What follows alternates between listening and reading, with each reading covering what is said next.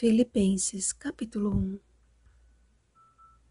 Porquanto para mim o viver é Cristo e o morrer é lucro. Versículo 21. As cartas de Paulo certamente foram escritas sob divina inspiração e profundo zelo. Com sabedoria do alto, o apóstolo declarou verdades que emanam de cada versículo, tendo sempre palavras de ânimo e de coragem, mas também de advertência e de correção. Apresentando-se como servo de Cristo, sua postura era uma declaração de que suas palavras possuíam a assinatura de seu mestre. O amor que dedicava às igrejas era puro e intenso. O início da sua epístola aos Filipenses nos mostra o seu real interesse em atingir-lhes em cheio o coração. No entanto, Paulo fez algo que ele não fez em nenhuma de suas cartas às demais igrejas. Ele fez menção especial a duas classes específicas da igreja de Filipos: bispos e diáconos. O conteúdo desta epístola, portanto, foi dirigido especialmente aos líderes daquela igreja, que tinham uma importante lição a aprender. Paulo sabia que a influência de bons líderes faria a comunidade cristã daquele lugar crescer e se multiplicar, mas também sabia dos riscos que a igreja enfrentaria caso a liderança manifestasse sentimentos mesquinhos e disposição crítica. Para Paulo, era sempre motivo de muita alegria lembrar de seus irmãos e interceder em oração por eles. O fato de que o Evangelho de Cristo estava sendo proclamado e a mensagem avançando aumentava-lhe a expectativa pelo cumprimento da promessa. E será pregado este Evangelho do Reino por todo o mundo para testemunho a todas as nações, então virá o fim. Mateus capítulo 24, versículo 14. De todas as formas, guiado e orientado pelo Espírito Santo, Paulo procurava anunciar entre as nações a glória do Senhor, Isaías capítulo 66, versículo 19, e a esperança em sua segunda vinda.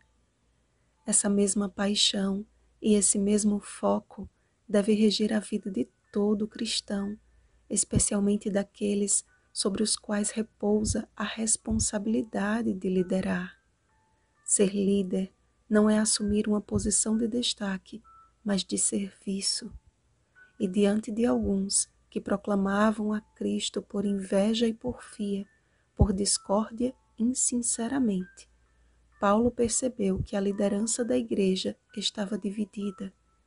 De um lado, aqueles que pregavam o evangelho por amor, e do outro, os que o faziam como uma disputa religiosa. Contudo, a resposta dele frente a este comportamento nos deixou uma lição de grande valor no versículo 18. Então, como devo reagir? Decidi não me preocupar com as motivações deles, confusas, más ou indiferentes. Cada vez que um deles abre a boca, Cristo é proclamado, então eu apenas os incentivo. Tradução, Bíblia, a mensagem. Se ainda que pelos motivos errados alguns proclamavam a mensagem certa, isso era tudo o que importava.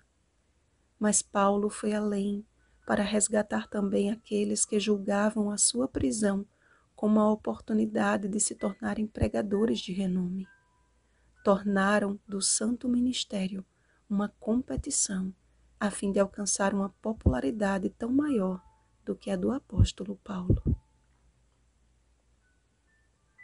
Essa ideia, no entanto, foi a mesma dos irmãos Tiago e João, quando desejaram lugares de destaque no reino de Cristo. Mas a resposta final de Jesus foi: e quem quiser ser o primeiro entre vós, será vosso servo, tal como o Filho do Homem, que não veio para ser servido, mas para servir e dar a sua vida em resgate por muitos. Mateus capítulo 20, versículos 27 a 28. A cruz nos revela a perfeita humildade e que Jesus não espera nada menor do que isto da nossa parte. Na verdade, Ele está disposto a concedê-la a todo aquele que, antes de ascender à liderança, desce com os joelhos ao chão, que assume uma posição privilegiada não por mérito próprio, mas por eleição divina. O maior dos líderes, portanto, não é o mais aclamado, e sim o que mais serve, conforme o Espírito Santo o conduz. Vivei, pois, acima de tudo, por modo digno do Evangelho de Cristo, para que, ou indo ver-vos, ou estando ausente, ouça no tocante a vós outros, que estáis firmes em um só Espírito, como uma só alma, lutando juntos pela fé evangélica. Que a graça de sermos servos de Cristo preencha o nosso coração de amor, aniquilando toda soberba, e que, independente de reconhecimentos e honras terrenas, nossa alma tenha anseio por ouvir a aprovação divina nos dizer: vinde benditos de meu Pai. Mateus capítulo 25, versículo 34. Pois aquele que começou boa obra em vós, há de completá-la até o dia de Cristo Jesus. Vigiemos e oremos. Bom dia, benditos do Senhor. Oremos por irmão Adriano e demais enfermos. Oremos pelo batismo do Espírito Santo e uns pelos outros. Rosana Garcia Barros.